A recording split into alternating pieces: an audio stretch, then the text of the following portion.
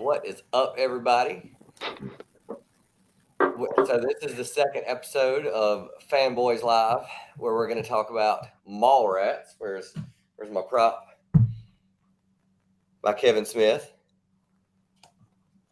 And I've seen a lot of comments. Did y'all see anything on? I shared it on Instagram, and a lot of people were saying that was their favorite one out of the whole thing, which kind of shocked me. I didn't think it would be that many people's favorite movie. It's definitely not my favorite, but it's up there.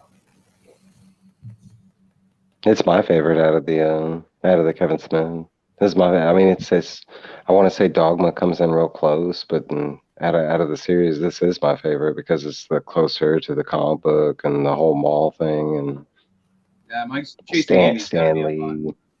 Stop for me. Yeah, I go with you, Mike. Mallrats was my favorite because it was my first one I seen, so it's closer to my heart than anything. I saw it at theaters with my buddy. He introduced me to Kevin Smith, so this one sticks to me. How about you, Travis? This would have to be, it's up there with one of my favorite ones, and especially after I watched the extended cut. But like I said in the first episode, my first movie that I watched was Jay and Silent Bob Strike Back. This would be the second one that I watched. The second one I got introduced to because I skipped Clerks the first time and just went straight to Mallrats and continued with his work until I realized Clerks was fantastic and went back to actually watch Clerks. But this would have to be one of my top favorite ones. Of course, Dogma being my top favorite one. Nice. How about you, Ty? What was your favorite one? Clerks is really good just because it's really simplistic. This one was really good too. I'm gonna have to say Dogma though. Dogma's got to be my favorite. It just everybody's characters that they played and like the whole I don't know. Everybody who's in it is great. It's my favorite one out of all of them. So, like Dialogue said, let's talk about Kevin Smith. We're going to be talking about Mallrats. Of course, we got Ty Locks hosting this show. Thank you so much for hosting this show, Ty Locks.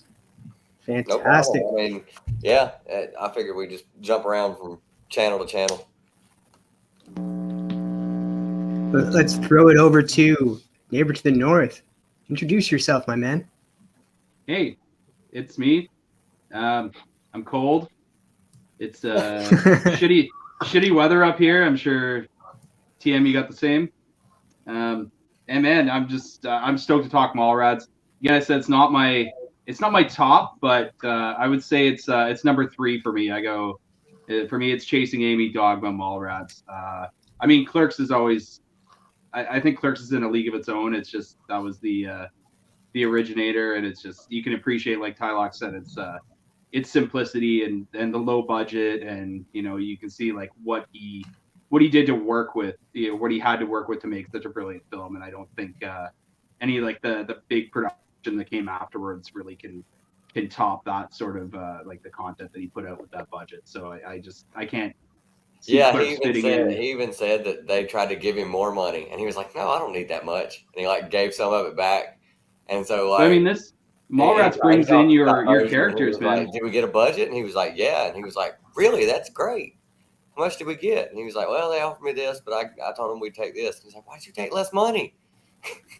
Yeah, like this is the groundwork for all your characters. Not recurring characters, but actors throughout the movies, right? So. This is where they fit in, other than, maybe Dante, who plays Gil, but, all the others and stuff like Jason Lee and Joey Lauren Adams and stuff like that. They all got their start, not their start in movies, but their start for Kevin Smith and Mallrats. So this is kind of the true start to the main cast. Yeah. So to say. I love that it like Clerks, you just heard about all these characters, and then in Mallrats you're getting to actually like see the characters, and that's what he does in all his movies. Like he has his characters mention other characters, and then like the next movie they're in it, So it's just like a never ending well. You can just keep pulling from it. He's almost been like doing that like a with multiverse kind of starting to Yeah, cut you like off. But you know what I mean? well, Like, yeah, because he had a comic collection like we all do and stuff. So he's like read all these stories, so he knows like storylines and stuff like that. It's great. I really loved how like this one focused mostly on well, a lot on comics. Like you saw comics everywhere in the background. They were going to the mall so he could get his comics that day, or go comic book shopping because he was like pissed off or like upset or whatever. So I mean, it's really great how like even at the beginning they do the intro where they're introducing everybody and it's all like classic comic book covers. Mhm. Like isn't even the cover to the cover to the DVD and the poster? Doesn't that have a comic? Isn't it a comic? I think this is Star Wars. Yeah, it's Empire. Yeah. Oh, it's Empire. The whole Comic lay on the adjacent. leg thing. Yeah, they were doing like you guys before the Marvel Universe, like all the connectivity. Kevin Smith was way ahead of the game. He had the View Askew universe connecting all of these movies together throughout the decades. I mean, they're pretty much variants. Like, I mean, you've got Jason Lee playing, he plays two characters, and they're very similar, in two different movies. But, they're kind of almost like it's almost like he's bringing in sort of a multiversal effect in the same way. Yeah, before we delve in deep, should we say what's up to the chat? Yeah, we should. Real quick. Wait. How about Raging? You shout out to people that are in the chat right now. There you go. All right. Yeah, we'll let you do it. I don't know if I can hide. Boy, Tom, I can't control of it. Can you highlight who's here? Huh? You want to shout out? Just give him a shout out. See, there's the first one. What's up, Unruly? Unruly, what's up, brother? Welcome, dude. Hope you get to enjoy a little bit talk about Nerd in the house. What's up, Alonzo? I'm here. Hey, what's up? What's up, Tyler? Warlord. What's up, Warlord? Warlord. John Stout is here. John, what's up, brother? What's up, John Stout Station? Beef It in New Zealand right now. Nice. What's up, Beef It, my boy? Oh, Freaky Louie's here. Nice. What's Freaky up, Louie? Brenda? And that is it. That is all the people in the chat who are watching that we currently know of. If StreamYard's not lying to us. Nice. Might have some lurkers, don't nominate the lurkers, and there could be people on the rewatch. So if you're catching this on the rewatch, we appreciate it. Hey, how you doing? Yeah, it's pretty fun. Everybody saying hey to everybody. Just talk about it and just have fun. All right, well, let's delve into it. We got Neighbor to the North here. We got Tylox the Mighty. We got myself. We got Evil Mike. We got Raging Cajun Comics here. Let's dive right into the movie. Let's talk about the style and structure of this film. Let's start with Evil Mike. So it's a good setup. So, you go from Clerks, right? And so from my story, I saw Clerks first, and I saw like in a little indie theater, and then like Mallrats I actually saw in the theater. So like when I saw them, I didn't know the two were connected. It wasn't until I saw Silent Bob in the movie, because I'm not a big fan of like names, so I didn't recognize all that. And back then it wasn't like word of mouth and stuff. It was all word of mouth. So it wasn't like people were like, oh my God, you got to go out and watch this movie Clerks. No, I think I was like the only guy I knew that saw Clerks. I think I was the guy that was like, man, you got to see this movie. It was actually really good. Did you see it? And they were like, well, I ain't never heard of it, kind of thing. So going from Clerks to this movie, I know one thing we like touched on in Clerks was it was very simplistic. It was all kind of shot inside the convenience store. There was a couple shots, from outside and on top, but that was basically it. And we know at the time it was just due to budget. But when you look at the story, it wasn't really needed, and past that. And it was, we kind of seen that in Clerks too. So in Mallrats, like for me, you talk about like style and everything. It was really Kevin Smith's like first true Hollywood film, because you can tell the budget was bigger. Like even the way the cameras that they were shot on, it was more like a Hollywood-esque film, compared to the other ones. So like there is a difference in that aspect. Like even the editing flow has a more Hollywood style fit of a movie, I'd say. That's what I got. Who are you gonna throw it to? Dude. Let's go, Nate and Brett. What you got? Oh man, like you were saying, it's you could definitely tell the production is there in Mallrats, and I mean, even like the music, and I can't really name off a lot of the soundtrack right now off the top of my head, but I can't either. you I can can't tell. remember any of the band's names. I mean, there's like Sublime, and there's like a bunch of like Sublime. It's the same sort of like '90s sort of alt rock, kind of like stoner rock kind of deal. But I mean, like you could still see that like he spent a lot of money on the music for it and everything, and like you were saying, the editing and just the shots in general just look crisp, and obviously it's in color, and they had a budget to shoot during the day. And some big cameos too, right? Yeah, well, I mean, like I don't want to reveal the cameos just in case, Well, that's what I'm saying, but I'm just saying, like, budget-wise, big ones. One in particular that's near and dear to probably all of our hearts here. So, but yeah, that's my take on it. Pass it over to Ragin. Nice over. Yeah, as you both said, it is not a bigger production, but it looks like more of a bigger production. It's a comedy, of course, and he hits near and dear to everybody's hearts with which he loves is comics. And basically, I got out of it is when I found out he sold some of his comics to produce his first movie. He wanted to do this to get closer to his heart. So the budget-wise, the props and everything is a little bit bigger than what Clerks was, and it was in color. So for me, it was my first movie. I thought it was hilarious from start to finish. There's great actors in there, and some that you've probably seen for the first time, and some who and of course the special guest that's there, we'll say who it was later, is the one who everybody loves. And I thought he had the Silent Bob part where he gave you the little line and he put it all together for him. So that's my little take. Travis, what you got, brother? I love this movie. Like you guys mentioned, like the 90s aspects of this movie, like it screams 90s to me. Like even rewatching it to this day, the music and like just definitely the style of it, like you see a lot of like reminiscence of the 90s.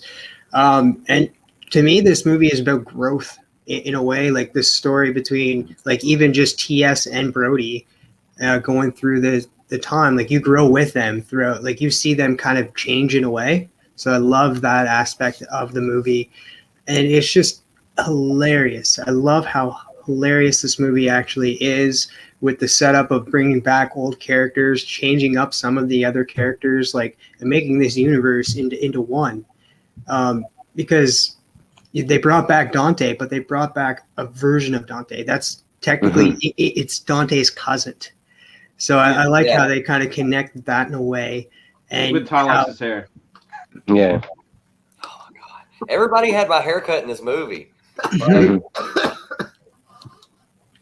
Yeah, wasn't that you? Like you could play multiple parts if we redid this movie.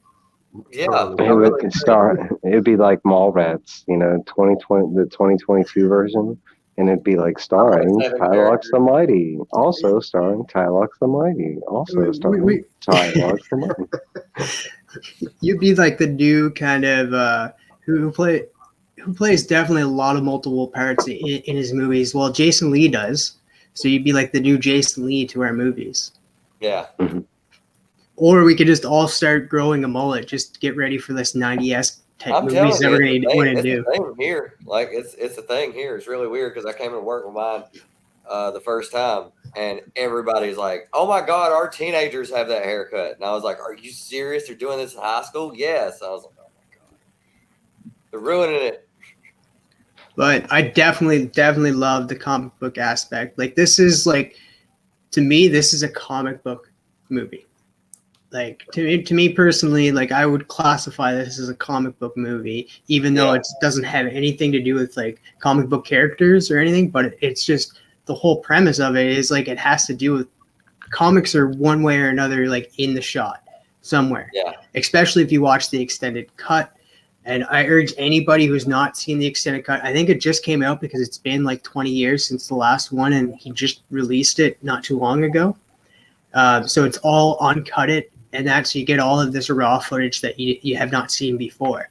And it changes the whole beginning of the movie as well. And not going to lie, I love the new beginning. I love how they played it off and how you get the hatred from TS and the father in it. Like you see more of that at the beginning. So that is my hot take on this style and structure. Let's throw it up to the host of the show, Tylox the Mighty, the man with the mullet.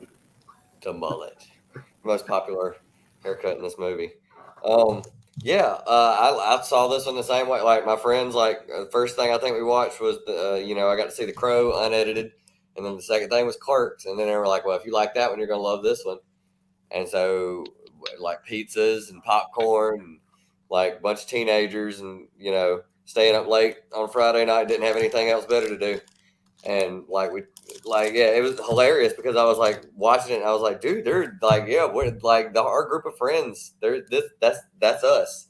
Like I can name every one of these people in real life, And so I was just like, oh, this is great. And they were like, I know, right? It's like the funniest thing you've ever seen. And I just love how he starts out with like really serious, like he always does this. He takes really serious life situations, like people like coming of age, learning like, how life is and how to maneuver through it. And he like turns it into like, he slowly fades into like, fart jokes and stoner humor and then like at the end comes right back into it. So yeah, I love it. It's a great story, and I've lived a lot of this because there's a mall near here we used to go to all the time. When there was nothing to do, you would go to the malls and just walk around, going by the food court 5 times in an afternoon to get free samples, and then just like buying a soda and then getting refills at the same place, so it's like cheaper that way, and just walking around the mall. Never had a whole lot of problem with security guards except one time. You got to do it, John. We're bringing it back. If you want to be in the movie, if you want to be in the movie, you got to pay. Yeah, for sure. Now that all depends. Station Phil. That all depends because there is some people that do not have a mullet in this movie. So like we can like not all of us have to do a mullet. No, in our version, it's going to be all mullet. Well, I was like, man, this movie is like a good ratio though. It's like it's at least one more person on this panel needs to do a mullet. Travis, You're looking around in that. I'm just like, shit. Brothers. I'm the only one. Randy, cousin Randy, and Randy's brother. Well, since we're on the topic of characters, let's jump around and list our favorite character or characters from this movie. Let's start with Raging Cajun. All right. My favorite character is Brody. He is the main guy for the whole thing, basically, I believe. And just seeing that there was a love story in between. Oh, you muted. You muted. Yep. We lost you.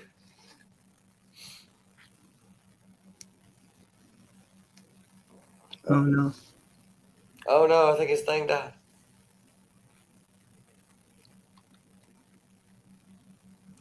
Well, maybe pass it to somebody else. Yeah.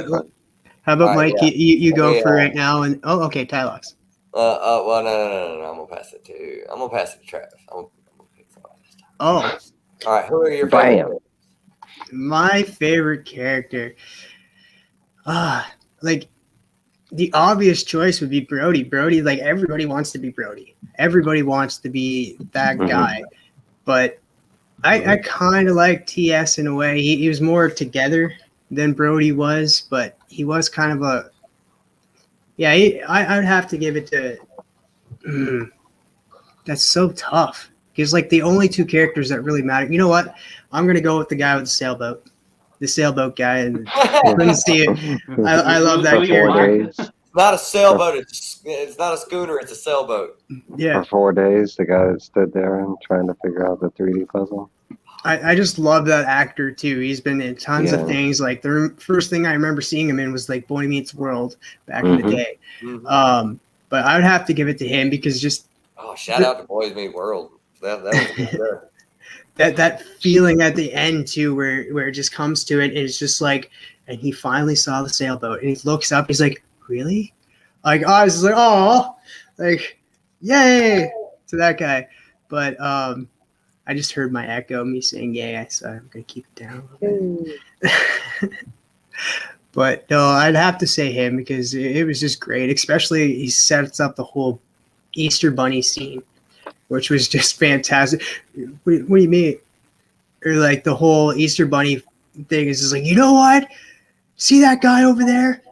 That guy is just a guy in a suit. The Easter Bunny doesn't exist. In the extended cut, they do actually have a scene where the kids are walking by TS and they're all crying, and the teacher's just like, no, don't worry about that man. He's just a cranky old man. Like, well, it's really weird because like in the movie, like, you know, Brody's supposed to be this character that's like, you know, larger than life, and it's just like, you know, oh, you know, this guy's so crazy, but then every time he says something, it happens. The kid in the escalator, every time he predicts something, it happens. It's like he knows, and he's just like, why doesn't anybody else see this? Am I crazy? He's the generalized message. I'm gonna throw it over to Tylox. Who is your favorite character? Brody's probably everybody. I was gonna say everybody's gonna say Brody, but TS we're in another Randall situation here. So other than like, Brody, really, everybody's gonna say Brody. Well, if you're gonna say Brody, give us a defining reason why Brody is your favorite. Like specific, like you can't. I mean, because there's it's really just the way the two guys. The way that he takes everything as like this huge personal offense, like. He comes in and slips on, like, runs into the dude at the mall, and like, you know, every time he turned around at the mall, something was going on, and he was just like always being like, "Why don't I know that this is going on at my mall? Like, nobody informed me to the mall that I come to all the time that, like, you know, there's going to be a TV show being filmed, you know, Stan Lee, like." It's just hilarious, like the whole time where he's just like, yeah, like, how dare you not tell me, like, clear this with me first. This is my mall. Like, he even tried to like negotiate mall schedule with his ex-girlfriend. Like, yeah. So Raging's back. There's some TS, but at the same time, like I said last time, I was Jay, and when I was younger. So I mean, I always gonna have a soft spot for Jay because, oh my God, that part where he, like, the guys that you were talking about who was staring at the picture, and he like pops up next to him, and he's like, I bet you if I smoked a fatty with you right now, you'd see a sailboat and mermaids and doing lesbians. Yeah, it was great. Oh my God. Yeah, I was just like, that's incredible. Like, and the fact that I don't think, did he write Jay's lines or did Jay just come up with that on the spot? He would have had to write his lines. Okay, that's hilarious because I mean, oh, it's so great. He was almost not cast for the movie too. It was supposed to be Seth Green. He was as a backup in case Jay fucked it up. Seth Green. Oh my God, I couldn't imagine. Yeah. I couldn't imagine that movie with Seth Green in it playing. That would have been horrible, but. Is JD backstage? Yeah, JD is backstage now. Oh, okay. Oh, yeah, that's right. Because I got to scroll down. There's more than. Yeah, okay. I'm back, guys. How to work it. You guys hear me? How to work it with a whole bunch. Yeah, there we go. I don't know what happened. I just unplugged it all and put it back on. So hopefully I'm back. Okay. Well, we're about to find out because you're up. Well, of course, Brody, but we'll exclude Brody. But my favorite part was when you see him for the first time and he was telling TS about comics. He's I try to teach you. That's what hit me because I was doing that with my friend. I was trying to teach you how to, read comics and protect them and store them. So that's why Brody is the closest to me. But if I have to exclude him, I'd probably go with Stan Lee. Because that little part where he talked to Brody about love and everything, and he just made him switch and realize that he did love his girlfriend and he was thinking of himself and not, the relationship. And you know what? I love when Stanley went to go talk to TS and he told him, he's all, dude, he's really obsessed with junks. Why does he want to know all the superheroes junks? So Stanley stole it for me. He had me cracking up in the theater. So he's my favorite one. And of course, you can't not love Stanley. Let's go with Mike. Who's your favorite character? Maybe both and both, Brody and Stan Lee. I love that scene. You know, in that scene, he was lying about that, right? I mean, he was, and by that time, I think he was married like 20 something years. You know, I mean, like, and that's like shame on Brody for not knowing Stan Lee. Like, but you know, he told him basically Spider Man. Like, the last line of what Stan Lee told him was like, "One more day, bro." He just dropped one more day on Brody. Like. Like, and how relevant is that nowadays with Spider-Man and shit? We're waiting for one more day, right? Yeah, and No. wasn't that like the thing about it was too? Kevin Smith wrote that one line for Stanley, and Stanley came back and he's like, "Well, I have a wife at home who would be pretty mad at me telling this story. So how about we add this and we get a second scene with Stan Lee?" So Kevin Smith lucked out with that because he got a second scene because Stanley wanted to add an extra scene. So that must have been like so freaking amazing for Kevin Smith at the time. And how can you say no to him? Right? That always blew me away. That scene alone, like that. One shot, man. That's all you get. Sorry. Just watching that one scene always brings back, like, it brings back tears because now he's gone. You know what I'm saying? But it's like, and it's fucked up because that beginning part of that conversation, it's about pure love. You know what I'm saying? And it was legit. But that was one of like. Honest to God, that's one of my favorite things about Stan Lee in this world is he was like that with family and loved ones and stuff like that. And like coming from someone that was so famous, I always loved that he still held those, you know, he held those basic values like really importantly, you know, and it's like it's carried over like I mean, ever since then, back from, you know, early 90s, you know, there was evidence that he was exactly the same as the way he ended when, you know. Yeah, but for me, I mean, I love Jason Lee. That was for me, loving film and loving, like, my favorite character was Brody, and it's like a lot of it is because I'm sarcastic like that, exactly the way he is, like, and he's more like push forward about it, but if anything, he's more held back. Like I'm like you know, I mean, if you took like, and we've seen him progress during the films, no, but if you could imagine like really 20 years of him being stuck in that's me, baby. Like no, but I love Jason Lee as an actor. Like that movie got me into him and made me fall in love with his acting ability. But like even like TS's girlfriend, like bro, like the actress that plays that his girlfriend or whatever, and she was one of my like back then crushes. You know what I'm saying? She was hot. Oh, definitely got it. But yeah, like there were so many good Shannon female Doherty. roles. There were so many good female roles in this movie too. It's like Gwen. I knew that chick. I 100% like something like that happened to her where like one of my friends went to punch his friend in the shoulder, and she just happened to walk up and she kind of just walked into it. And so she like kneed him in the junk. So that part, I remember seeing that, and I was like, dude, that happened last week. And they were like, that happened last, yeah.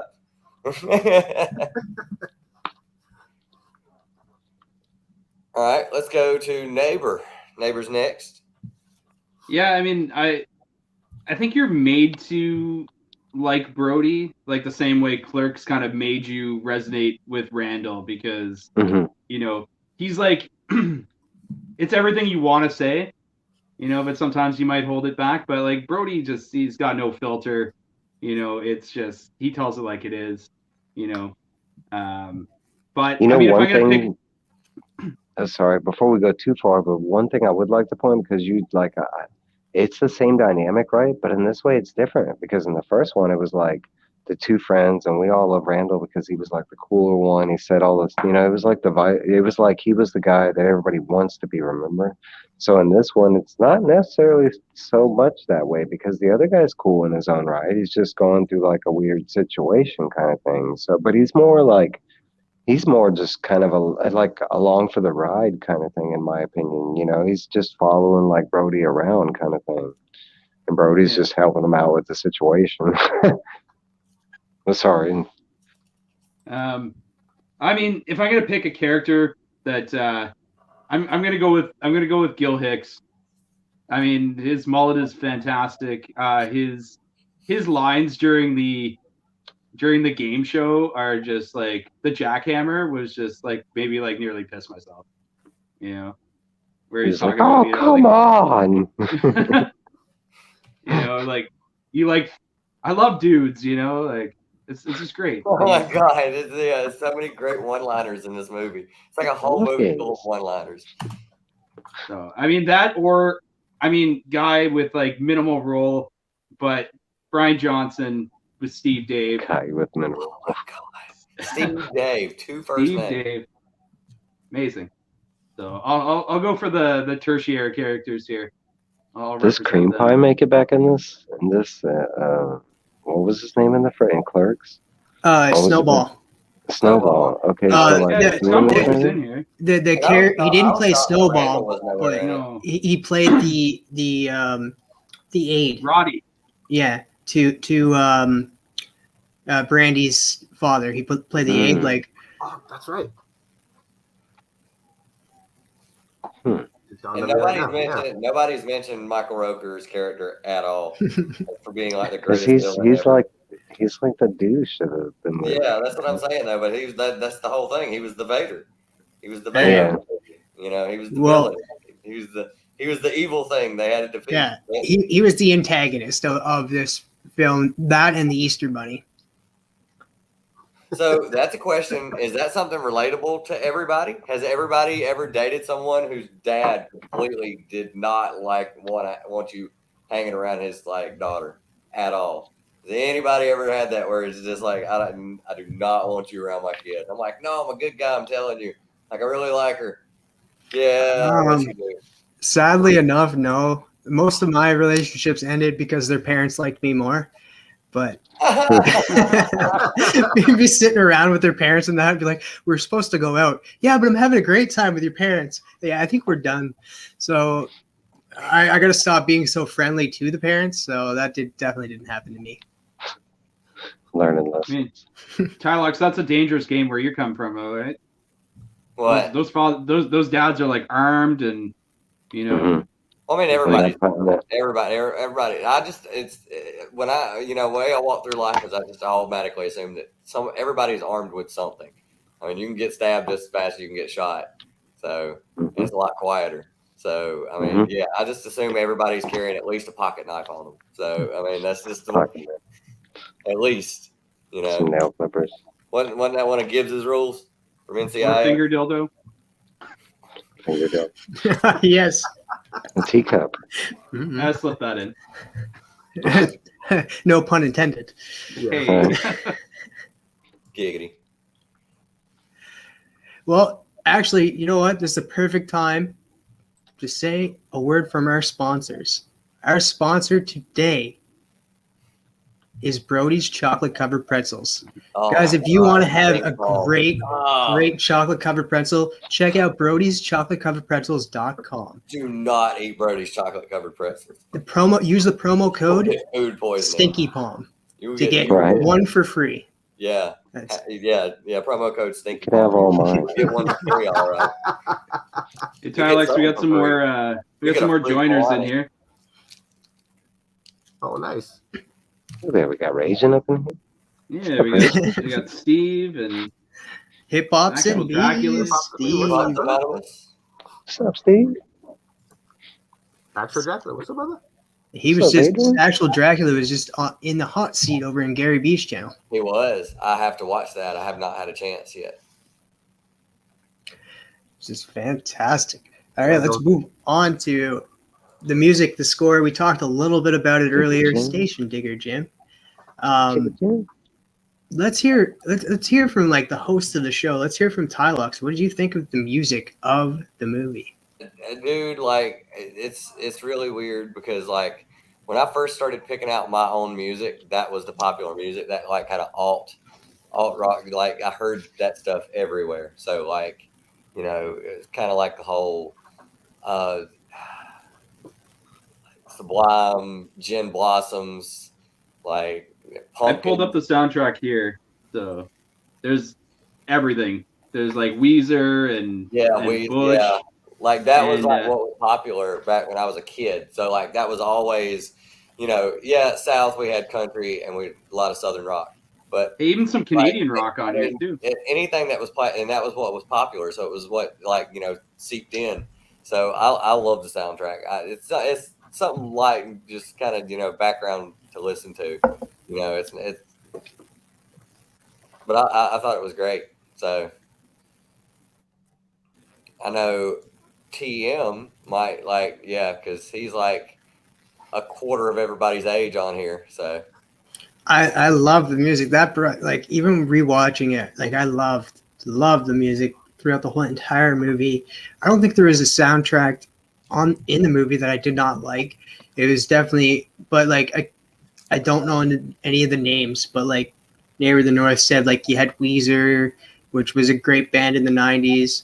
Definitely growing up to listen to a lot of Weezer, and Canadian rock bands. I can guess, but there isn't like that many known bands, so it was very underground rock. It felt like underground rock of the 90s.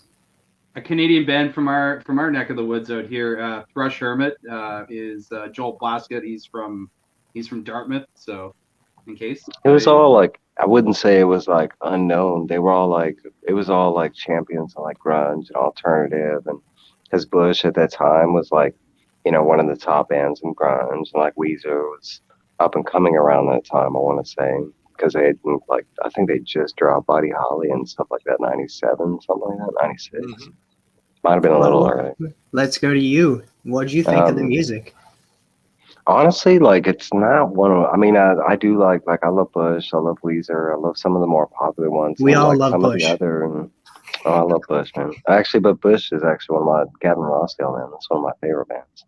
And one of the '90s bands that are still together, still going to this day. Yeah, not too many '90s bands can say that. Most of them broke up and they just in the wind. They has bands or most some of them rest in peace. But I mean, watching the movie, the music goes with the movie.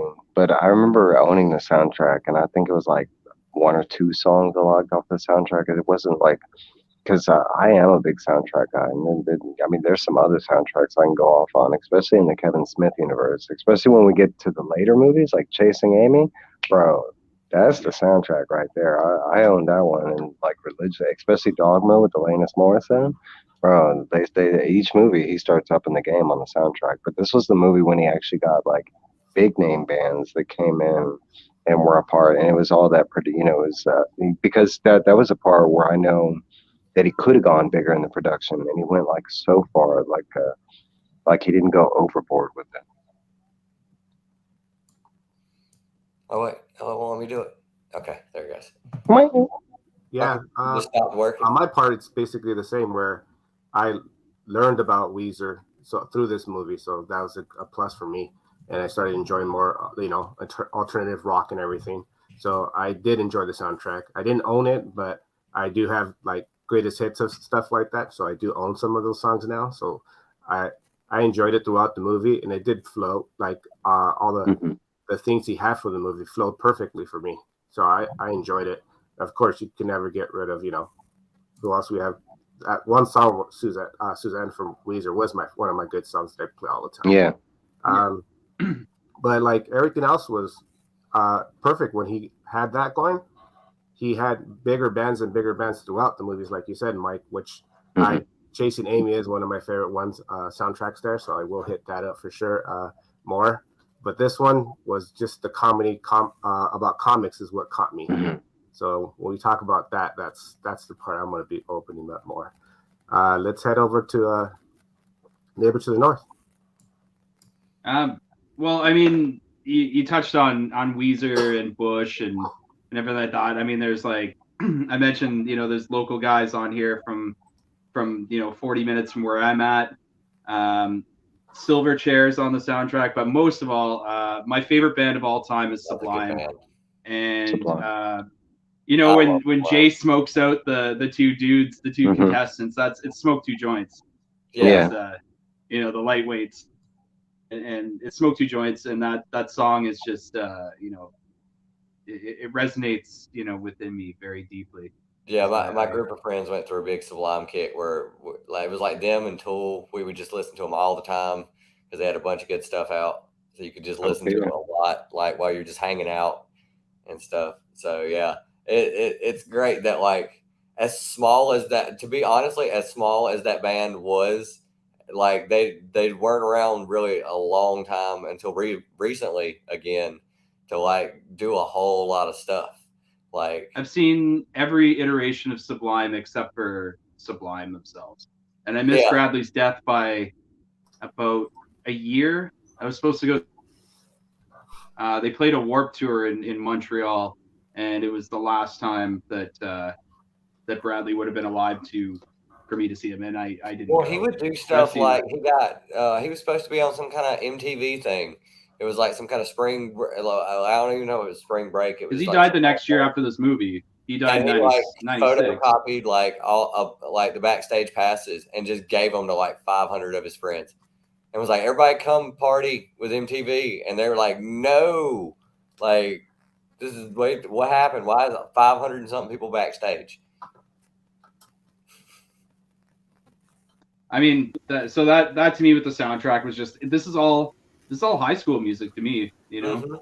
like I'm older, and you know, so at this point in time, I was with this movie's 1995. I was 15. I think so. If it was 95, I 90, was 15. I think it's 95. So I just would have been grade 9 in high school. Just so, damn, yeah. This is the perfect soundtrack. It's everything I ever wanted as a high school kid.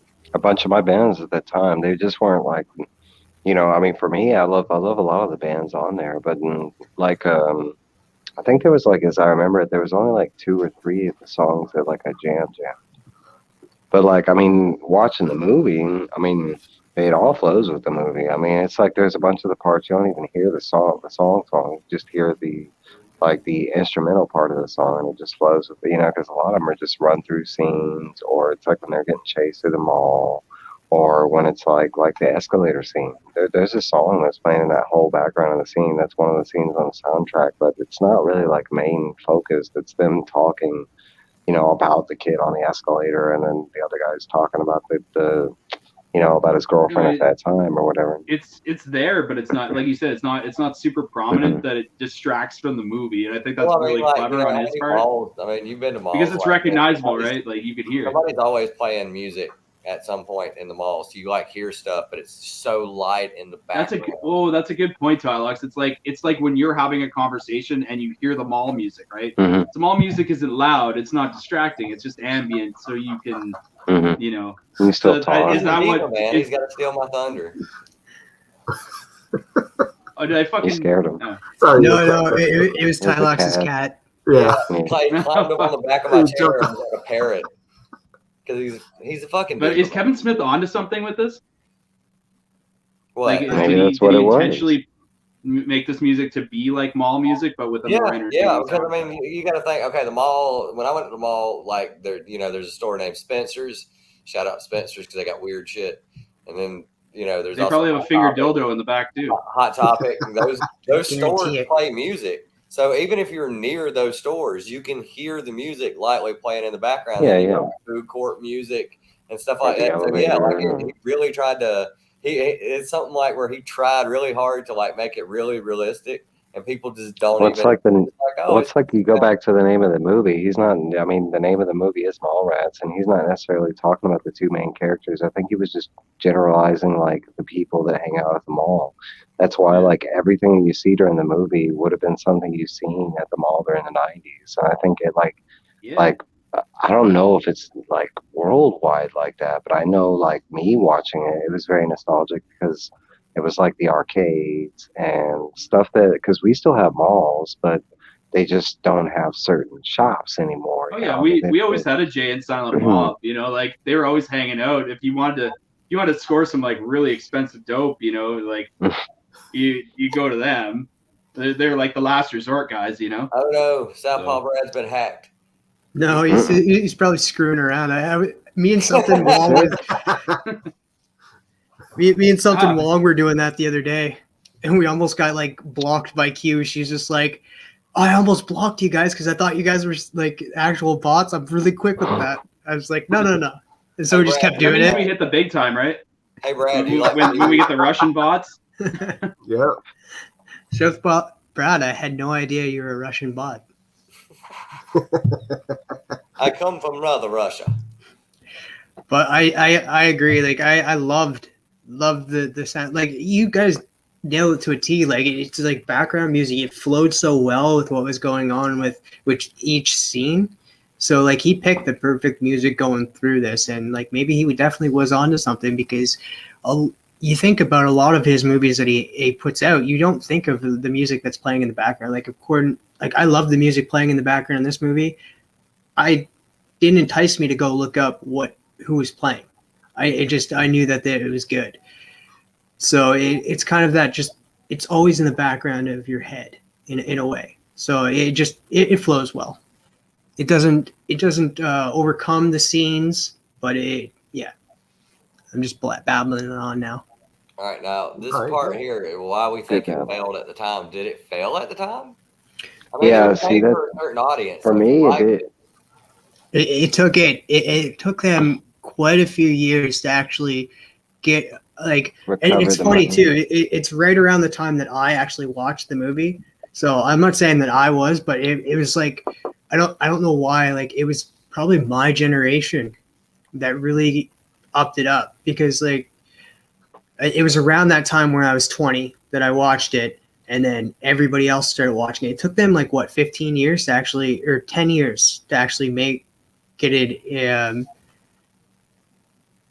have like Kind a of place. depends.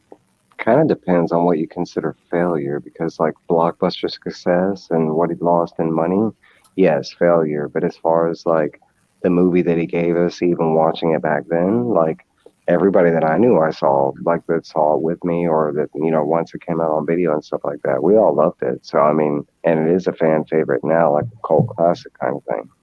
So I mean, I guess it depends on how, because like in my eyes, like I mean, like I remember seeing Mallrats in the theater, and like Clerks, I saw Clerks in the theater, and there was like one person in the theater watching it with me. Like Mallrats, I mean, it was full. Like I remember a packed theater, and I know Box, you know, nationwide did it bad, but it wasn't really mass marketed back then, because I remember I heard nothing about it. I didn't know about it. Like I think it was like a friend that dragged me to the movie that wanted me to see it. And I just, you know, it was like after I saw the movie, then it was like, oh, bro, that was dope. It was really like Chasing Amy. And after that point, that's when it was like hardcore, like Kevin Smith. He's directing that movie, I'm on board. And it was really like this movie that like really like, you know, made me fall in love with it and everything. What's up, Shayna? Thanks, Shayna. Oh shit. No, but for really me, it like, was like Dazed and Confused. So you can see like some of the Mhm. actors in this movie, you know, were part of that movie as well. So it was kind of, you know, I see them as both like, you know, they're the stoner comedy. You know, Dazed and Confused being a little bit more on the lighthearted sort of side. Kevin Smith, like, yeah, it's dick and fart jokes, but we all know there's like some very serious undertones and Mhm. and life, you know, life progression and life lessons and stuff. But yeah, that was my entry into that. Was just, they were all, it was like going to the movie. You know, you go to the video store, and you know, they're all in the same section. They've got them all grouped, and you know, they're probably down at the very bottom of the rack because nobody, you know, they don't want to. Well, I guess that the better question to ask ourselves is why did it do so well 10 years from when it came out? Because like it's now a cult classic and now everybody has jumped on towards it. That's because he made the movie for a certain like age demographic, and at the time it didn't, like those people were like, you know, when you're in your 20s, you're out doing other stuff besides like going to a whole lot of different movies. Like you're out, you know, trying to figure out what you're doing in the world. Like, so like you're out getting bush. You don't get to chill and enjoy it as much. You know, you're always on the go. You're always doing something. whatever it may be, whether it's by yourself or doing, something with other people. So like, yeah. Well, it worked out for the got fans. me, a few years older. Well, like Everybody it worked else out had for to the make fans. money. It made, for us, it was entertaining and fun, but for the people who backed it, which they paid $6.1 million to check it, I was double checking. It only made 400,000 opening day. Mhm. Throughout the whole thing, it only showed in 800 theaters, and it made about 1.2 million. So it was a failure. It didn't make its money back. It became a cult following, so it did make its money with DVDs over time. Yes. So that's how he was successful. Going back to that, I want to say like, okay, like from this seat that I'm in, I want to say, I think it was Jay and Silent Bob Strike Back. That's when Kevin Smith got like famous. And I think like around that time when he started doing like his podcast, Comic Book Man, and he started branching out into other things, because all that right there was when he went like haywire as far as marketing and what he was doing, and especially in the nerd world, that we're kind of more involved in. He was showing up a lot more. So I think at that point it was more like, oh crap, he had other movies. Like, let me go check out, his other movies. And especially finding out that Clerks, Mallrats, Chasing Amy, that there is a timeline to watch these movies. It's even like a cooler notation. I mean, how cool is it to like come across like Clerks, or like Jay and Silent Bob, and somebody telling you, hey, there's like 5 other movies in front of this, and they're like, what? Well, what's the first one? And they're like, well, the first one's called Clerks, and the second one's called Mallrats, and you're like, what the hell? I mean, it's not like a traditional movie set where it's like part 1, part 2, part 3. You know what I'm saying? And I kind of did that. It was kind of like a secret. Like, it wasn't like such an easy thing to, like, you had to be a fan to kind of know that, this was part 1, this was part 2, this was part 3 kind of thing. I think you nailed it, like, in the head right there. Because like I said at the beginning, like, I got into it because of Jay and Silent Bob Strike Back. So maybe a whole new generation came into loving all of his movies and that. So he was ahead of the game, in my opinion, of like what was going to be cool and hip in the future. Because like I said, we were like 20 years old going back and watching Mallrats. And this was a movie that was already 10 years old.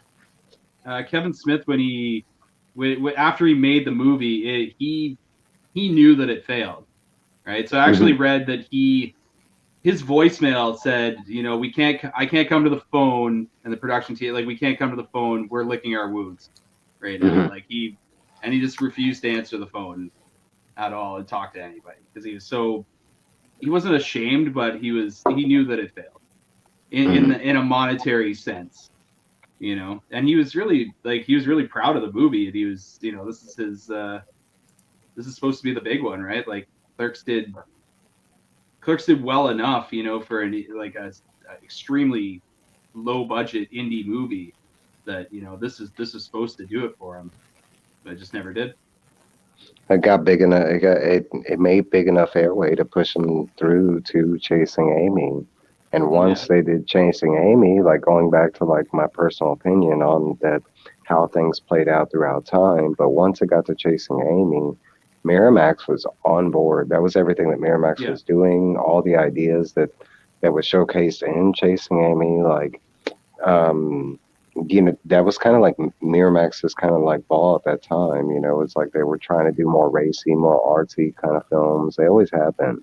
But like, I think that movie, once I got to that part, that was where like the theaters were like, okay, we can go forward with Kevin Smith movies. Because after that, I mean, I'm not sure on dollar wise and how well they did in the box office, but I mean, there wasn't really a gap in between there. It was like, I mean, we got Chasing Amy, then we got Dog, and it was like, I want to say like 3 years in between. They were almost like a Marvel release. And not just to touch on Dogma just a little bit, you have to think that they'd have like a good budget for what they had in the movie and who they had for cast. Like, they had, like, I won't say who, we'll get into that in later episodes, but like they had a ton of great cast in that. So they he did lick his wounds good from Mallrats, and I'm glad that it's a cult classic now because this is a fantastic movie. I'm glad it got the extended cut, new kind of version, unedited parts. Like it's fantastic. But yeah, it took a while to actually story, get. Man. Mm-hmm. It's a comic book story in the sense of like, you know, new readers when they pick up, say, like, you know, I know all of us in the chat and all of us here read comics, but like, say if you read Jason Aaron's Thor run for the first time, wouldn't that make you want to go back and read Thor? Because to me, that was a premier run for me. Like when I read that, I was like, I didn't even like Thor really, but you know, somebody was like, you know, you have to read this. It's great. And I did, and then it just made me want to go check out a character that I never really gave the time of day to. So maybe that's, you know, the catalyst maybe was either Chasing Amy or Dogma that kind of got people, or even Jay and Silent Bob Strike Back for younger generation, and then they did go back and check out these classics. Well, there was a big gap between Chasing Amy and Jay and Silent Bob Strike Back, and that was the first movie that I actually got to see in theaters. I'd already seen all the other movies, but as far as seeing it in the theater and going like when it premiered and stuff like that, and everybody like the room definitely had a certain aroma to it. And But didn't they do Jersey Girl between them? I don't. I mean, did that have all the same characters in it though? Yeah, it's the same universe. Jersey Girl is part of them. But I'm trying to think. I mean, they all have like a gap. I'm not saying they didn't. The way I'm summing it up is more of a, you know, a sped up, you know, version. But most movies, you know, especially compared to back then, it was like, I mean, the way we get movies nowadays, I mean, once a movie hits the theaters, we're getting it on home release, like within months, or, you know, you're talking about back then. We got a movie that came out in the theater, and we might have not got it on VHS for like another year. You know, is how long it took. Or that was the only chance you had to see it. I love the fact that it throughout the years though, because when we started the stream, we went around saying like, oh yeah, this would have to be like my all-time favorite Kevin Smith movie, and like how it wasn't like that great at the beginning, and now it's like everybody's top favorite out of everything he's done. So it says a lot about how ahead of the game he was in this movie, and it goes back to like what Neighbor of the North said about how he was playing on like the music in the background, like the mall setting of music always being in the background. Like I don't think we give Kevin Smith a lot of credit for what he actually does. I do. His dialogue. I love Kevin Smith. Yeah, his dialogue does hit his fanboy. Yeah, he does talk about the Death Star, about how he has a schematic, how to break down the stage, and he talks about Jay and Silent Bob when he's doing the Berserker style and he's bringing it in. So he is hitting his fanboy in this movie big time. Because when you see that, dude, I'm in love.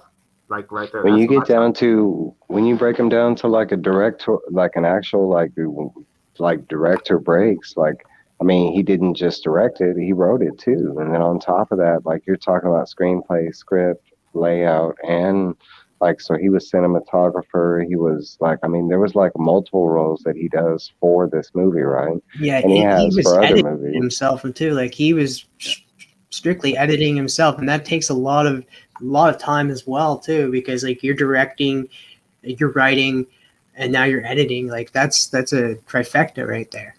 Can we take a second just to talk about him planting seeds in this movie? Like, to me, like, I don't know, maybe I have the wrong impression, but like the scene where, you know, where they're getting chased and they go into the loading bay, and, you know, Silent Bob pulls out the Batarang gun, right? Mm-hmm. Oh, like, yeah. Do you see that as being like, it's almost like that's a cameo of Blunt Man and Chronic?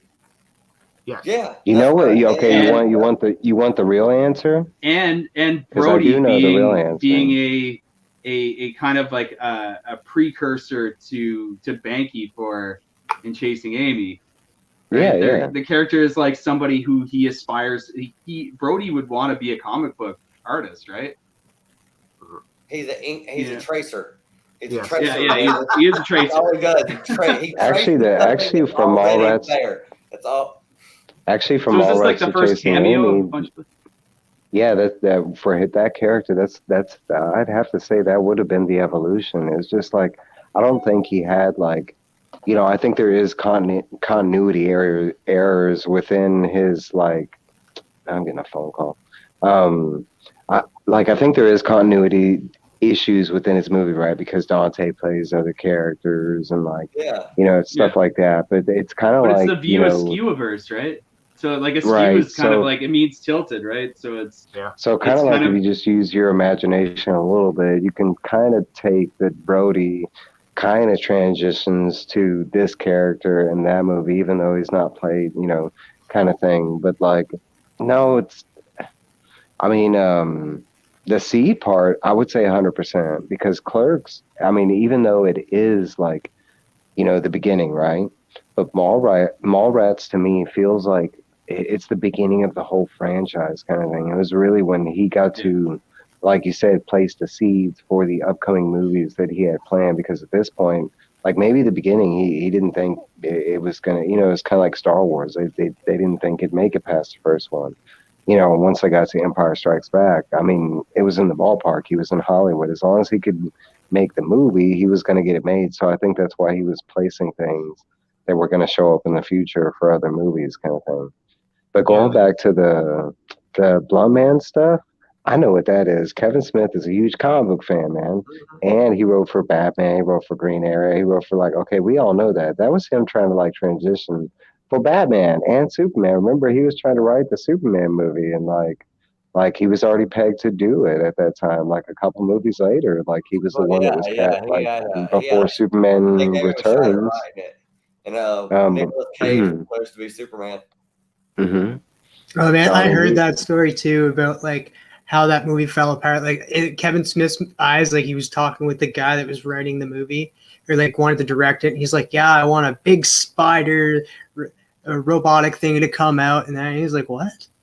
What are you talking about?" And then like it turns out like the movie that he ends up directing later on is Wild Wild West. And what did we get? A giant robotic spider. Yeah, he said he wanted Brainiac to fight a polar bear at the Fortress of Solitude. Yeah, it's Like what? he's like, well, you know anything about polar bears? No, they're the most dangerous killers in the animal kingdom. On Earth. But he did plant seeds for his future movies because at the very end, it's Jay and Silent Bob Strikes Back because they're both holding the monkey and they're walking away. Yep. Yeah, remember that part at the end? So he was setting up his future for what movies he was going to bring out. So There's a lot of things. There's actually a couple different things that pop up, and it's like the brief mentions and stuff like that. But it's like that moment with the orangutan at the end of the movie and stuff. Like, but I like the whole Blunt Man stuff. I mean, we don't really get to see that until like Jay and Silent Bob Strike Back kind of thing. Actually, we get it in yeah, Chasing Amy. Yeah, because they're doing the comic at that point. Was the comic, Blunt Man and Chronic. Mhm. That was the comic.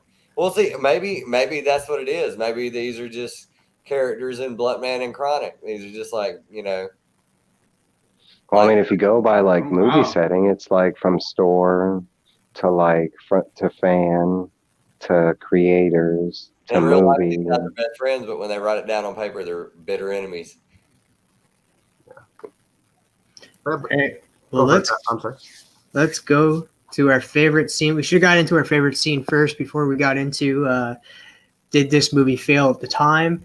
But yeah, let's talk about our favorite scene of Mallrats. And I guess you're first. Yeah, I guess I'll go. My favorite, pick a favorite scene.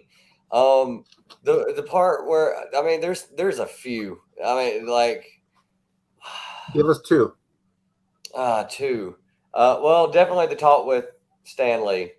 That was one of the greatest things ever because I mean, like, he's talking to Stan Lee, so he's fanboying and he's trying to learn a life lesson at the same time, and it's like conflicting and it's confusing the crap out of Stan. Like, he's like, so Mr. Fantastic's jump, does it, like, and there's that part. I love that part because it was like Stan Lee's first cameo, wasn't it? Was he ever in anything before that? That was his very first cameo. That was his first cameo outside of a Marvel movie, outside of a Marvel project. Like, that's something that'll never be taken away from this movie. That's where that started. And then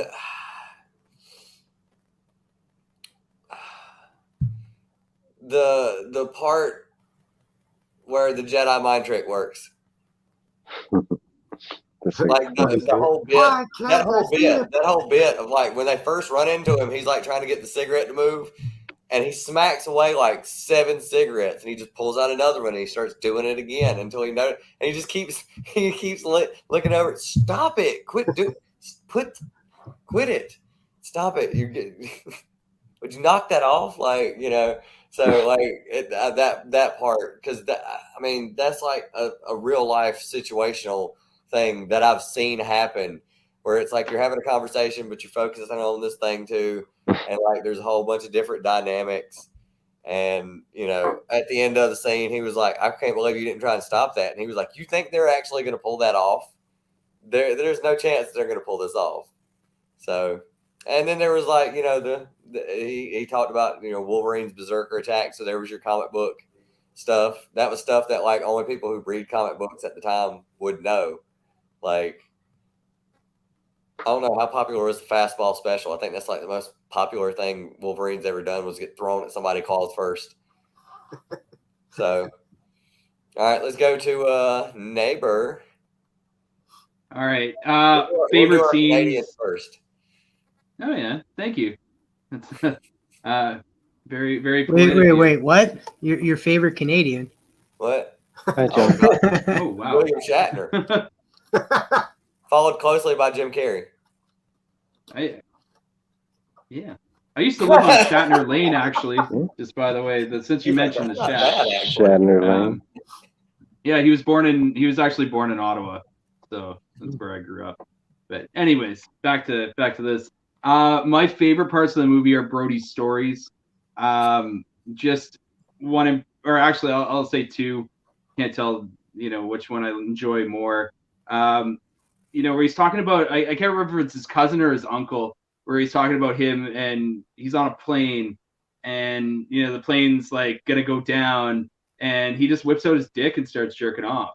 Yeah. And then everyone else just starts whipping their things out too. Yeah.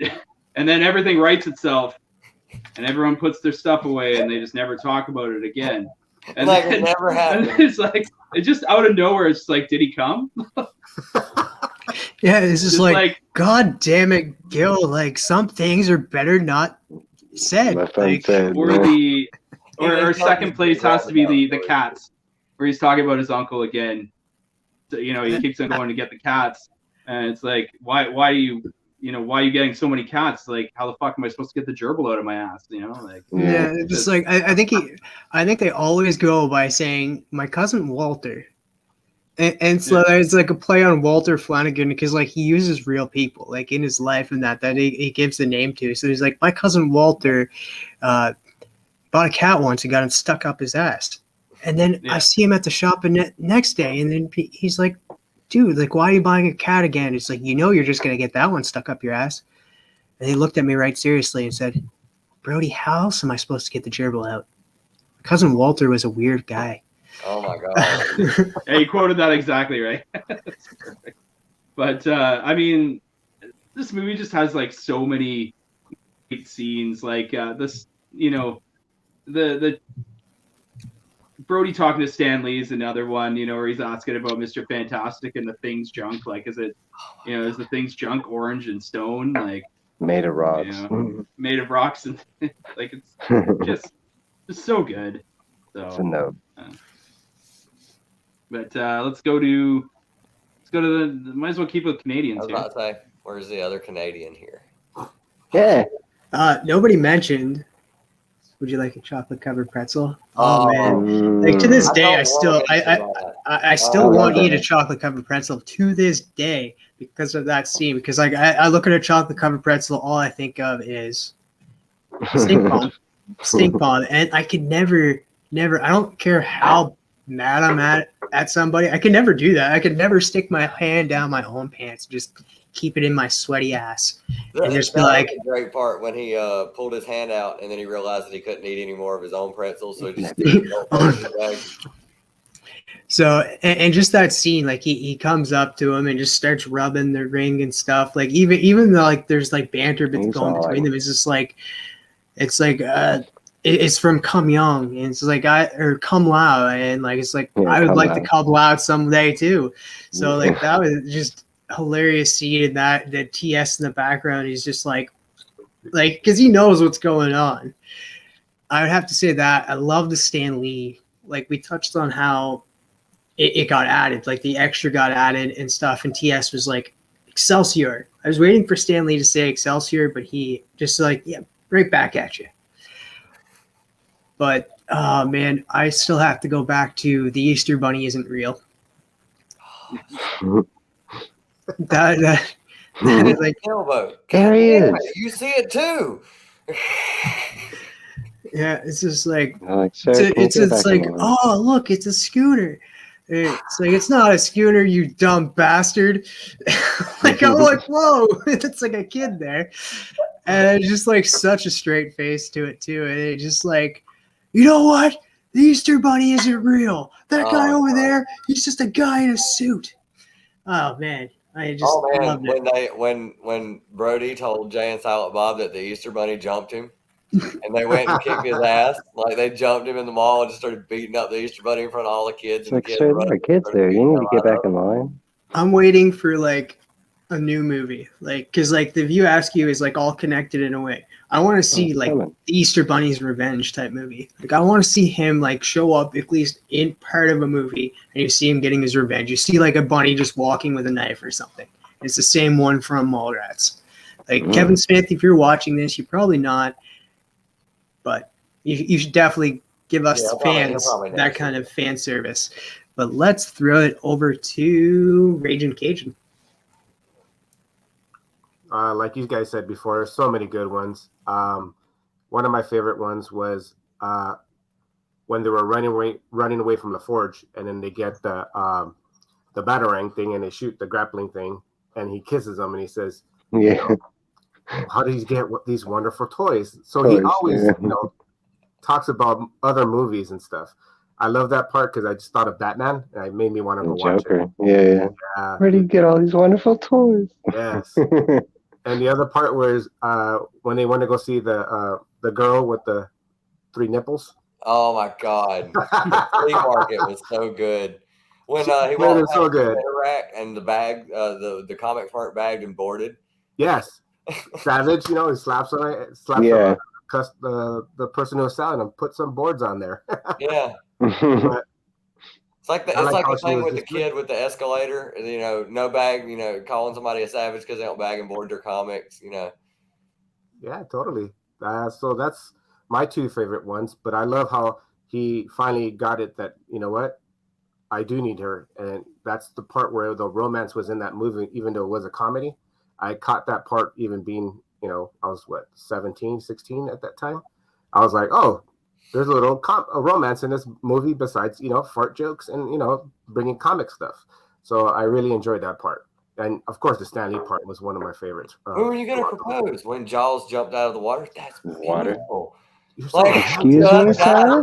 What more could you want in life? Your name sounds familiar. That's not romantic. We're like, what? And the guy's view it is. But yeah, that was me. Let's head over to Mike. What's your 2? All right, so of course the Stan Lee, but like I love him, man. It's it's the whole like family and love, but the whole technically he Mephisto'd him. He did the whole like one more day. He Mephisto Brody. Okay, so like let me ask y'all this: does anybody remember why Brody broke up with his girlfriend? Because the main focus is the other relationship, right? Yep. But during the movie, you catch up with Brody and his girlfriend, and his girlfriend's dating the other. He had no ambition. He was just it was at the beginning though. Brody. There's a specific reason. There's a specific reason, and you don't. Hold on. The Whalers are beating Canucks, man. No. There's a very. Nope. Well, that's part of it. But okay, there's one scene where she finally tells him, it's the elevator scene where he dances and she after they sleep. But she tells him in that scene why she broke up with him, and it's because he was always complaining about the price of variance. Like she was like that was like the first thing. That was the first thing. And if you're paying attention, and the very first time you see Shannon Doherty, That was what she was talking about, bro. She was like, he's always talking about variants. That's exactly what she says. And then later on in the movie, when she says, like, when she finds, she's like, you want to know why we're not together? She's like, you're always complaining about your stupid variants. And then she was like, and she was like, when Oh she yeah, starts, she was like, yeah. when she starts talking about like Ben Affleck and what he's doing, he's like, well, he already introduced me to her mom. And she's like, what, in 3 weeks? And she was like, no, we just started like today. It's been one day. Like, He's no, like, but really? like even back then in the 90s, there was some comic book nerd that was complaining about the price of variants. Bam. Yeah. Oh yeah, this film definitely had a lot of like, even with Jake going down, like hitting LaFours, and it's just like power bath. It's like Oh this yeah. is it's like the I used to do that bow to dance. the Like, Lord and say, I Zod, used to do that snitchy dance in bitches. real life. That his dance in the elevator scene, like, and she was like, "It wasn't that good," and he was like, "What?" She said it was too little. When she said it was too little, too late, and I was like, the first thing that went through my head was too little. Like, I mean, that would be the biggest. It's like too late. Nah, screw too late. Too little. Wait a minute. She was like, "When a lady says it's too Trying to hurt my small." I'm surprised nobody brought up Trisha at all with her little experiment there. Like the Notebook. Oh The yeah. Notebook is amazing. Like, yeah, the Notebook is cool, and like her little system, like the circles and the circle and the X through it, and the house. Are your parents okay with And this? she comes through, and she's the one that like helps him make what's his face look all, like Michael Rourke look all creepy and stuff at the game show and stuff because she has the video, right? Well, and in the extended cut, you realize that LaForge is like not to be seen like during the whole on stage presence when the guys like take over the stage, and that's because she took one for the team and she's sleeping with LaForge, and that's in the extended cut. And it's really weird because like that's something when that part happened, I was like, I don't think I know anybody at school who, I mean, there were people at where I went to school who were that smart. They were taking college classes. They were like, I think we had one kid who like, or a couple kids who were like, like really young in the 9th grade and 10th grade and stuff like that. So don't touch it. Oh man, the flea market was so good because he was just like all about it. As soon as he sat down, he was like, "All right, pull it out, let me see it." Like that's all he cared about. He's like, "I want to see this." Then he got grossed out. Oh my god, it ruined his life. Yep. Savages. I love this movie all around. There's just so many great scenes, so much great dialogue in the movie, and that like, what would you guys rate it? Oh god, are we going CGC rating? Yeah, what are you talking? It would be a 9.8, bro. 8.5. Give it a 10. Give it a 10. Maybe. Ooh, an 8.5. No, white pages are creamy. Oh, white pages. Oh, white. Yeah, it'd be like white pages or sticky palmness. It's a Mark Jeweler. It's remarked. You guys would go CGC. It's in a slab. I'll go from a scale to 1 to 5. Let's go. I'd probably go like 4.5 sticky palms. 4.5 sticky palms. Who's touching? Stinky palms. I'll go. I mean, again, I said it's number 3 for me. So, but I'll still give it 4 hooped gerbils out of 5. I'll give it a 4.5 chocolate covered pretzel. Oh my god. How about you, Tylox? Yeah, out of 5, I'd give it a 4.5, somewhere in there. I mean, I love the movie. I know all the people who are the characters. I mean, I've heard conversations like this. Pretty sure me and my friends had stupid conversations like this all the time. So 4.5 what? Stinky. I mean, they all came up with 4.5 with what kind of pages? I'm surprised you weren't like 4.5 mullets. 4 out of 5 mullets. Maybe 4.5 mullets. A lot of mullets. It's a 5.0 sailboats, baby. Do you know in the actual Magic Eye, it was not a sailboat at all? What was it? Nobody knows. But they couldn't see it. They were all staring at it for 2 days. They couldn't see it. So there was He's like, I brought a lunch and a soda. I'm gonna stay here all day. Now, question: like, Anybody if on the we, panel? Anybody on the panel ever been to a mall where they had those on display? Because I have. I remember like going to the mall and like Books they and actually stuff. had them like on portfolio things, and there was like they might have had like 4 or 5 of them where you could like go in the mall and like people were just staring at them and shit. But I like can't see that them. would. I've never been able to see one in my entire life. Oh, I can see. I am William Black. Like I cannot see those. Ever like my whole family would just be like, "Oh yeah, it's a puppy or whatever." I'm like, I can't do them. You have to relax I feel your his eyes, pain. You go cross. Relax your eyes. So, I think that's it. Everything that we had outlined, and it's been going on a while. I'm shocked at how long we talked about Mallrats. So man, next it's one, a Chasing Amy. fantastic movie, But- man. Mm-hmm. But before we leave, I have a couple of interesting facts here Oh yeah. that I wrote down for just some fun ones. I think I already mentioned that Seth Green was going to be. He was the backup for Jay Muse in case Jay couldn't do his lines because he is, as we talked about in Clerks, Jay's camera shy and he needed other people, no audience to watch him while he was filming. So he obviously conquered that, which is great. And I heard like it was like the first big studio film, so they wanted some of their own actors in there. Like they were like, oh well, we don't know who Jason Mewes is. He can't act. Like he's not an actor. Like let's give you somebody that can act. Let's give you Seth Green. And so for the first little bit, as my understanding is that they like Jason was like, hey, Kevin Smith paid for all of Jason's like amenities and stuff and then the studio gave the rest of them like what they needed, but they wouldn't pay for Jay. They wouldn't pay for Muse, yeah. No, they made him. He was going to put it out of his own pocket. The other cool one that was interesting to me is that originally Joey Lauren Adams and Parker Posey went to go audition for the film, and Parker Posey actually won the audition slot for who would be Shannon Doherty's character, Renee. And she ended up having to back out due to some sort of scheduling conflicts, and Shannon Doherty got it. And then Joey ended up getting Gwen. But Ben Affleck actually applied. He was actually auditioning for Brody because he didn't want to be another villain like in Dazed and Confused. Yeah. He didn't want his career tainted as being like I'm the badass bad guy. But He actually comes off accepted as the same character.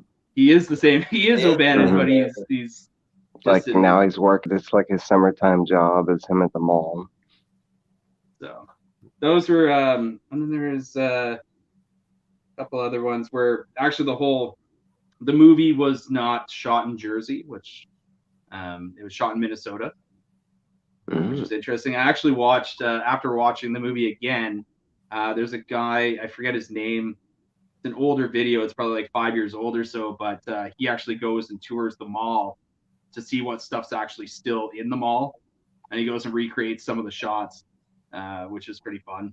So there's, he was saying like the parking lot's been turned into an AMC and a Panarin bread or something. I also want to point out too that it took them like quite a few years, but Stan Lee made a cameo in Captain Marvel. And what was he reading at the time? He was reading the script to Mallrats. Oh yeah, I was gonna say this. Was he? Yes. I was gonna say I try and block Captain Marvel out of my memory. But the fun fact is, like, I remember listening to Kevin. But Brie Larson's my girl though. Yeah, I remember listening to Kevin Smith talk about that, how Jon Favreau got a hold of him and was just like, hey, like, we were wondering if you have any like of like the cut footage of like Stan Lee like talking about his lines, like because Kevin Smith like was like had like all of that filmed and some of the audio cut and still had some of the audio, and John was like, well, as you know, like Stan Lee's kind of going through a rough time right now, and was kind of like it was hard to hear him when he was like on the bus. So a lot of that audio you hear is from went back in '95 when Stan Lee was like rehearsing his roles for the movie of Mallrats.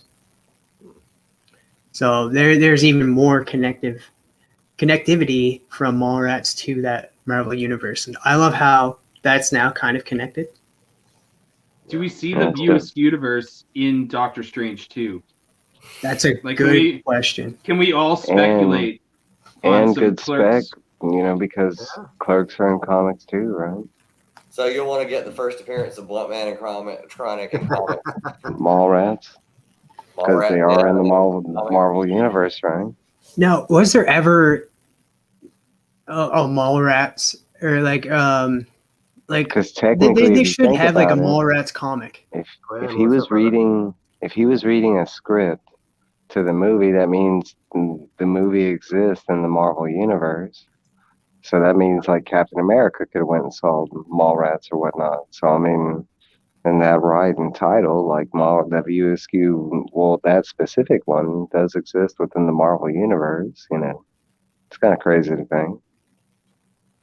I think like we should definitely like Image should like pick up like the View SQ for comic stuff and like come out with like Mallrats comics, Clerks comics, and just keep going. But that's just me. Like I know it's not like on everybody's thoughts right now. There's so many other things. I would too. Yeah. Like just to own some of that art too, and get it signed by Kevin Smith. Like Steve and them got some like stuff from like Masters of the Universe. I know a lot of people don't like that cartoon that Kevin Smith did, but like they got some of the stuff signed by them. Like I wouldn't mind like having like get the Mallrats like kind of poster, get it signed, because like as much as Mallrats is like my second favorite for movie covers, I'd have to say it's my favorite movie cover, or like out of the whole entire run of Kevin Smith. Like it just pops to me. Yeah, totally. But that would be far-fetched to see. I said it wouldn't be far-fetched to see any sort of characters coming in, because I mean, Kevin Smith he's written Daredevil, Black Cat. Has he written Batman?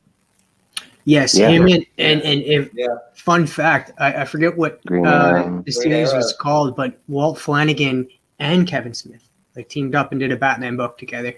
And Walt Flanagan was doing the art. What was that? The widening grain. Yeah, that's what it's called. Or the widening gyre, widening gyre, I think it was called.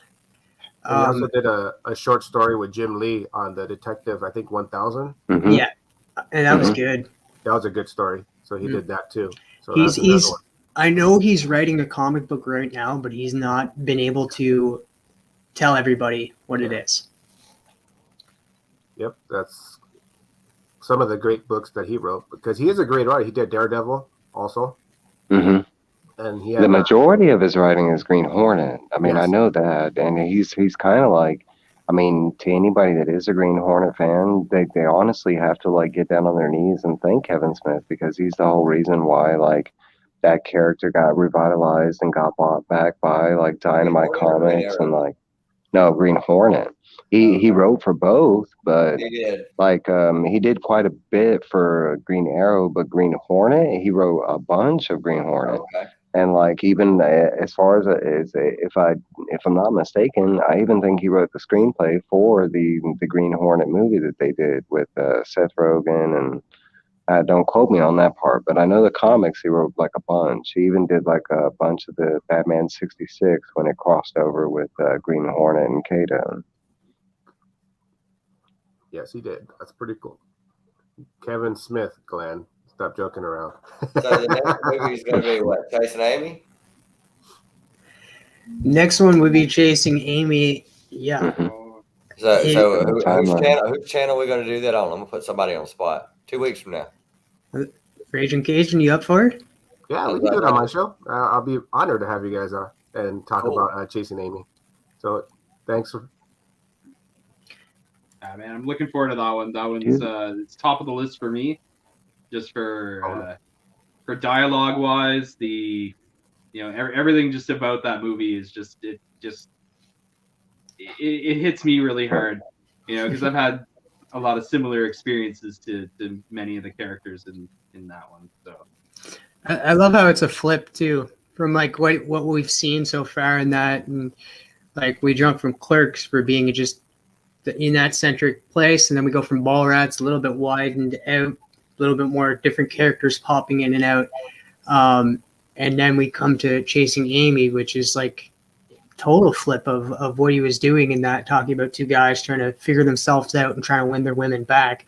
Now we get to a movie where it's about somebody trying to figure out, okay, this how to be friends with a woman in a way without any sexual prowess to it.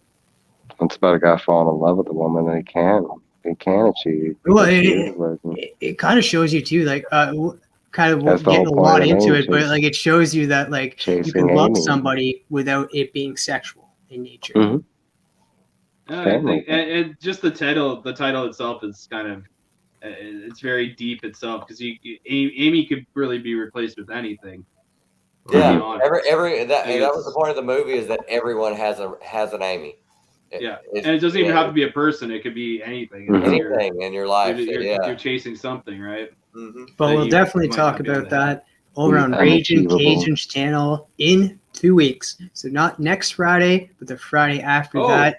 Glenn, Zach and Miri make a porno. That's got to be in there too. We didn't talk about that one. We definitely are going to be doing that one as well. We're going to be doing them in chronological order. We'll definitely be doing an episode on even the Clerks cartoon that came out. Even though it was short-lived, we'll be definitely talking about that and kind of reliving it, because like I haven't watched that in so long. Yeah, I'm going to have to rewatch it. I haven't watched it in a little bit. So, but before we leave or anything, I just want to say happy birthday, Mike. Thanks. Oh, yeah. Happy birthday, Mike. Should we all sing horribly to him? I thought Sheen was just screwing with us. No, it really is my birthday. Oh, dude, I feel like an asshole now. No, it's my birthday. When that came up, I started laughing when I seen Sheena say that. I was like, oh, it is a happy birthday, Mike. Well, Mike, you read the comments down there? You want to pimp your stuff and say your goodbyes? I think we should sing happy birthday to Mike first. No, you don't need to sing. Y'all can say, okay, go ahead if y'all want to sing. He's going to exit out. Yeah. Be like, all right, go ahead. You guys want to say anything before you take out, Mike? Spine Ticks coming up on Saturday, of course. You know, and there's some good stuff coming up tonight. We got The Hunt, Low Grades, you know. There you go. Yeah. That's where I'm going tonight. It's Low Grades and The Hunt. I think DJ Lynx. DJ Lynx has a big I think it's his 3,000 giveaway show tonight, if I'm not mistaken. I did get a notification. I can tell you right now. Might be. But in the mix with DJ Lynx. Mm-hmm. But as far as my channel goes, I'm finally caught up on all my reading. I'm pumping out like maybe a couple reviews on books that, you know, I feel like need the attention, but I'm not going to do all the reviews. I'm reading too much. I mean, that's what got me kind of behind in the first place, doing too many reviews on too many books. But no, I'm still reading that many, but I've actually added stuff. But it's like I started Spawn from the beginning, which has been pretty dope. Nice. Yeah, but that's me. Mm-hmm. All right. Go to JD. What do I got? Well, tomorrow I'm going to do a little comic hunting with Steve, Alonzo, Jeff, John Comics with Kids, and one of the low grades, Mr. Rob. So we're going to be comic hunting, and I think I don't know what the city is, but I know Westminster side, so we're going to be chilling there. And then on Sunday, I'm going to be at No Goods channel at 8 a.m. Pacific Standard Time and building a Lego. No, man, like John has converted you two to building Lego. My wife has it. My wife is a Lego builder, so she got me into it. So I have a box here that I have. Yeah, because you're at the plans. Yeah, so I'll be building the Lego at Saturday in the morning. And then Sunday, I'm going to do my comic and collectible treasures. And I'm going to have one of the comic and queens, Q. So she'll be chilling with me, and we're going to get to know her a little bit better. I'm super excited for that episode. Like I personally talked with Q, and it's so much fun to talk with her. So I'm super excited for you to talk with her as well. Heck yeah, she has so much energy, and when I saw your show, dude, I love that girl. So, that's about it. And then next week I'll have another guest, so I'm gonna try to get back to normal and do it every Saturday. So, TM, what you got coming? Well, Rajan kind of said it. I did talk with Q over on my channel this past Wednesday for Whiplash Wednesday with the PCP Army Bad Batch, like right there. And I did have a video that just dropped today. It was my top 5 indie comics coming out February 23rd, 2022. That was a lot of fun. There's some books coming out that I'm really excited for next week. So definitely tune into that. Tonight, like Mike said, I'll be over on the hunt. I'm not saying you guys should, but I'm going to be over there voting for my fellow Canadian Bleecker Street, who in the future I hope to team up with and join on the hunt. And we'll team up and do a team up match against tag team. This Saturday or Sunday, I'll be dropping a YouTube Cribs video. I know it's been a while since the last YouTube Cribs video, but I just finished editing and watching Noggin Comics YouTube Cribs video that they sent me. It's a good 35 minutes long, so hopefully you guys will enjoy it because like I freaking did. They have so much freaking gold. So I'm super excited for everybody to watch that. And then I will be over with Tylox and Mike over on Spine Ticks this Saturday. Yeah. All right, neighbor. You got anything coming up? No, man. Tomorrow. No, tomorrow I'm going to go take a whole bunch of books that I purchased from my LCS for $2, and I'm going to trade them back for hundreds of dollars in trade, and then take more books. That's my usual Saturday. You got a few new Avengers number 7s? I have 3. I bought them all there for $3 each, so I'm just gonna go and take them back and get a couple $100 in trade, and I'll run away with those. Nice. So other than that, man, just I don't know. Work's been busy now, so I don't get a chance to I haven't put out like an IG video or anything like that. I honestly haven't been picking up new comic books lately. I picked up 2. My pull list is like really, really down, so I can't really justify doing any sort of like new comic book day grabs or anything like that like I used to do. I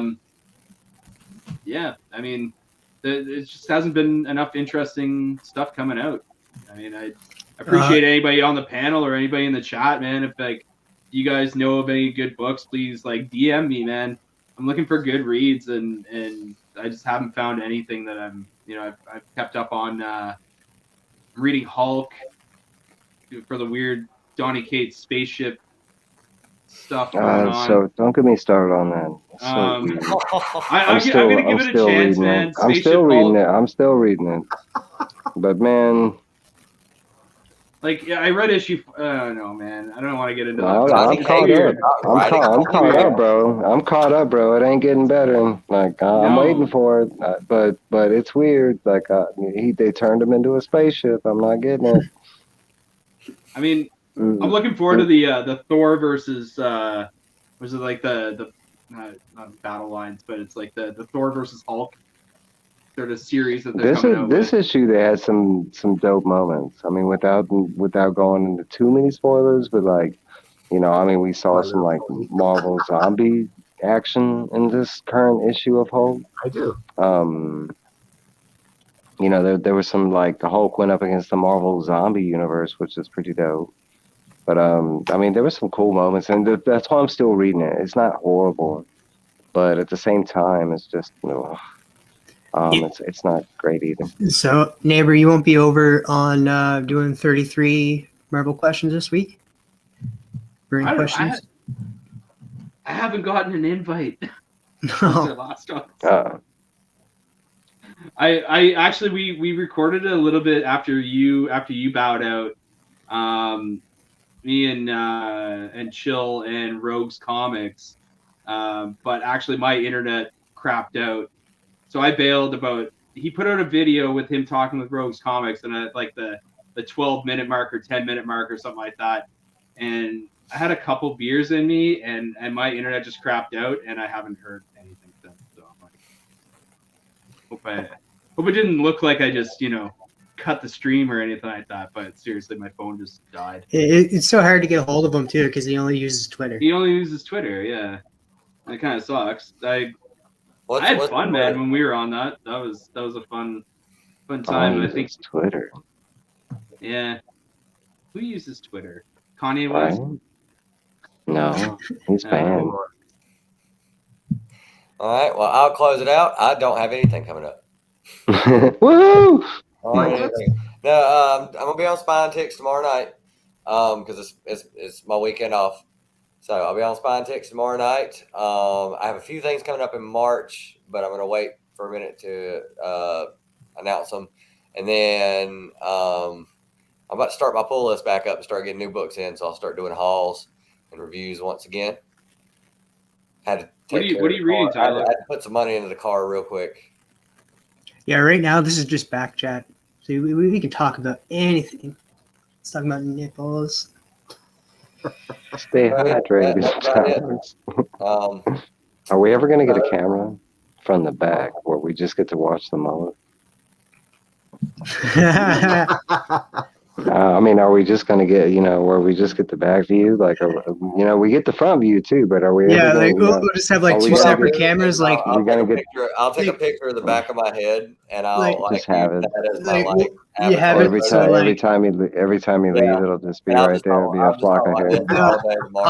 I'm thinking more of like your picture would be normal here, and then you have like a little video right here, just a little box camera right here that shows the back of your head. So you get to talk to you, but you actually get to see the back of your head as well in the top camera view. So yeah, when I move my head, y'all can see it. Oh, we can see it the whole time. That'd be whole time. It shoots the back right back. Yeah. Oh no, further back. Okay, be like where it just be like like that. Yeah, so it'd just be a small screen right up here showing the back of his head while he's talking. It needs to be like there needs to be some like put a fan in the background too. A fan in the background. Now, Tyler, you did say you had nothing coming up, but aren't you going to be on Gary B, the Casual Comic Guys in the hot seat? I'm planning on it. Yeah, like I asked him, and he said yeah. So we'll. I'm hoping so. Like but I think I'm gonna have to take a vacation day from work to do that too, because I think I read my schedule wrong. But I think Glenn has some burning questions for you. Right. Sometimes I get carried away. Good one, Glenn. Good one. So looks like we're good to go for in 2 weeks, right, guys? Yep, 2 weeks. 2 weeks. We don't have a time just yet, but we'll let you guys know. Follow us all on Instagram. Follow us all on YouTube. Go subscribe to Raging Cajun. Hit that notification bell on Raging Cajun so you don't miss when we go live for that. Yeah, we're doing subscribe to everybody on this panel. Mm-hmm. Everybody. You're doing more stuff on your YouTube going forth a little bit later on, right? Yeah, I mean, I dropped a couple videos just to play around with some stuff, and none have really been comic related, or they're kind of like comic adjacent. I mean, I pulled some cards and had some AOK and stuff like that, but like, I don't know. I haven't thought about any sort of like content that I want to do that hasn't been done already, and that's really what you can do. Food videos. Doing what? Do food videos. Yeah, I could do that. Didn't you just say you don't want to do anything that's been done before? Yeah, well, it's pretty much everything. I did have an idea where I wanted to do. There's been a lot of recipes in comics that have been, like they had like a Star Wars book that came out 2 or 3 weeks ago, where it was like the Bake Off challenge, and I thought about taking those recipes in comics and actually like making them. Well, that would be genius. Banter and stuff like that. I would totally watch that. All right, I'll go pick it up. Oh God! And Here we we'll go. See what, and whatever you make, we're not that far from you. There you go. I could actually send that to you, and it wouldn't go bad. Probably. It wouldn't go bad for sure. All right. Well, I guess we'll see everyone later, hopefully. And I hope y'all have a good weekend. Everybody enjoy it. Bye. Stations.